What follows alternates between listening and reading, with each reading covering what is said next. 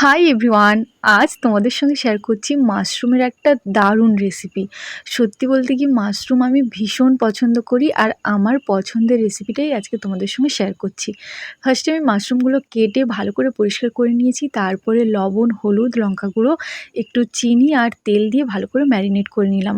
আর এই পেস্টটার মধ্যে কী কী আছে আমি সেটা পরেই বলে দিচ্ছি। কড়াইতে তেল দিয়ে গোটা জিরে দিলাম, তারপরে তেজপাতা, আর কিচ্ছু দেবো না, ডাইরেক্ট একদম পেস্টটা তুলে দিচ্ছি।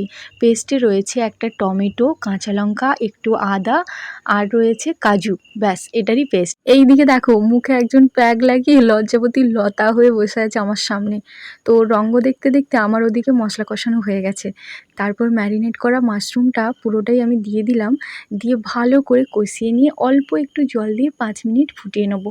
গায়ে গায়ে হয়ে গেলে নামিয়ে নেবো। সত্যি বলছি খেতে অসাধারণ লাগে, তোমরাও ট্রাই করো। আজকে আসি, দেখা হচ্ছে কাল।